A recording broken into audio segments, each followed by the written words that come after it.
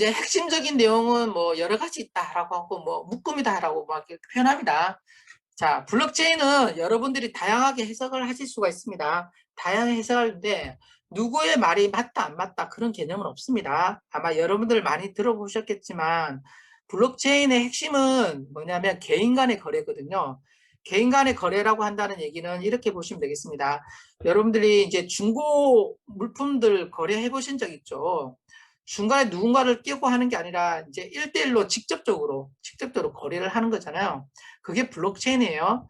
자, 이렇게 블록체인이라고 얘기하는 거는 거래를 할 때 나랑 친구랑 또는 나랑 상대방이랑 직접적으로 하다 보니까 중개자가 없는 그런 특징이 있어요.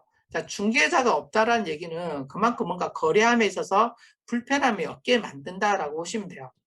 자, 그래서 이 중개가 없다라는 것은 누군가가 주인이 없다라는 얘기입니다. 그렇다는 얘기는 여러분들이 블록체인을 놓고 뭔가 해석을 하고 블록체인이 정의가 뭐다라고 얘기할 때 누군가의 말이 맞다 틀리다가 아닙니다. 누구나 다 그 말이 맞다예요. 누구나 다 정의하는 게 다 맞다요. 왜? 중개자가 없고 그리고 중간에 누가 관리하는 게 있는 게 아니라 개인과 개인이거든요. 그런 게 블록체인의 기본 철학이라고 보시면 돼요. 무조건 개인이 이렇게 생각한다. 그러면 그 사람의 생각이 맞는 거예요. 상대방이 그렇게 생각한다. 그럼 상대방이 그렇게 생각하는 게 맞는 거예요. 그래서 블록체인의 기본적인 철학 중에 하나는 나를 중심으로, 나를 중심으로 해서 상대방에 대한 생각도 존중하고 나를 중심으로 내가 얘기한 것도 존중한다는 거예요. 그냥 개인을 그냥 그대로 존중하는 거예요. 자, 그런 측면에서 제가 바라보는 블록체인은 저는 어떻게 바라보냐면 앞서 제가 말씀드리는 거는 정답이 아니에요. 그냥 제가 바라보는 블록체인의 입장이라는 거예요. 저는 기술적인 관점으로 봤을 때 블록체인은 저는 데이터베이스라고 봅니다. 데이터베이스. 우리가 알고 있는 일반적인 데이터베이스. 예를 들면 학교에서 생활했으면 학교에서 나의 성적 관리, 그리고 학사 관리, 수강 신청 관리 이런 걸 하게 되면 데이터베이스에 저장을 하잖아요. 회사에 가게 되면 회사에서 저에 대한 인사 관리 이런 것들을 하기 위해서 데이터를 저장하잖아요. 자, 이런 식의 데이터베이스인데 블록체인도 그 많은 데이터베이스 종류 중에 하나라는 거예요. 조금 기존에 있는 데이터베이스랑 차이가 있는 데이터베이스라고 보는 겁니다. 자, 그래서 그러면 이 블록체인에 있어서 데이터베이스라는 관점에 있어서 어떤 차이점이 있느냐예요. 우리가 알고 있는 일반적인 데이터베이스는 데이터를 저장합니다. 그리고 데이터를 또 수정도 하고요. 또 필요에 따라도 삭제도 합니다. 자, 그런데 블록체인은요, 저장은 해요. 저장하고 데이터를 저장된 내용을 읽어와요. 자, 그런데 수정이나 삭제는 안 되는 데이터베이스예요.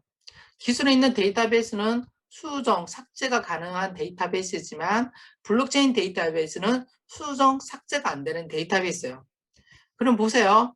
우리가 일반적으로 윈도우 프로그램이든 모바일 앱이든 어떤 웹이든지 간에 거의 대부분 데이터베이스는 다 있습니다. 거의 대부분 데이터베이스는 다 있고요. 이런 데이터베이스 쓸 때 개발자 입장에서는 일반적인 데이터베이스로도 개발할 수도 있지만 블록체인 데이터베이스도 개발이 가능하다는 얘기예요. 자, 그 말은 어떤 애플리케이션이든 간에 내가 일반적인 데이터베이스 쓸 거냐 아니면 블록체인 데이터베이스를 쓸 거냐의 차이점이 있다라는 거지 사용자 입장에서는 그냥 데이터를 저장하고 읽어오는 관점은 동일하다는 거예요. 그럼 생각해 보세요.